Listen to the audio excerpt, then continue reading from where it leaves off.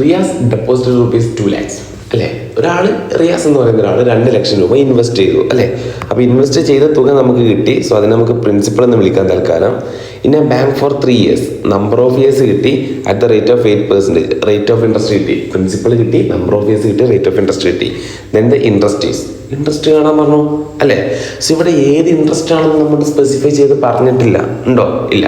അപ്പോൾ ഒന്നും പറയാത്ത സ്ഥിതിക്ക് ബൈ ഡിഫോൾട്ട് ആയിട്ട് നമ്മൾ എന്തെടുക്കും? സിമ്പിൾ ഇൻട്രസ്റ്റ് എടുക്കും അല്ലേ. സിമ്പിൾ ഇൻട്രസ്റ്റ് കാണാനുള്ള ഫോർമുല എന്താ?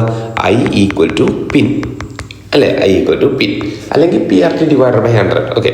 സോ പ്രിൻസിപ്പളിൻ്റെ സ്ഥാനത്ത് 2 lakh കൊടുത്തു, ഐയുടെ സ്ഥാനത്ത് 0.08 കൊടുത്തു, എന്നിൻ്റെ സ്ഥാനത്ത് 3 കൊടുത്തു അല്ലേ. കാൽക്കുലേറ്റർ എടുക്കുക, ഒറ്റ സ്റ്റെപ്പ് 2 lakh ഇൻറ്റു 0.08 അല്ലെങ്കിൽ 8% ബട്ടർ അടിച്ചാലും മതി, ഇൻറ്റു 3. എനിക്ക് കിട്ടിയത് 48,000. I ഈക്വൽ ടു 48,000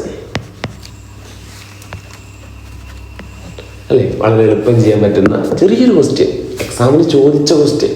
നമ്മൾ വിചാരിക്കുന്നുണ്ടാവും എന്ത്, പല ക്വസ്റ്റ്യൻസും ഇത്രയും ഈസി ആയതൊക്കെ എക്സാമിന് ചോദിക്കുമെന്ന്. ചോദിച്ചിട്ടുണ്ട്. ഇത് എക്സാമിന് പ്രീവിയസ്ലി ആസ്ക്ഡ് ക്വസ്റ്റ്യൻ ആണ്. ഓക്കെ, അത്രയും ഈസി അല്ലേ. ബൈ.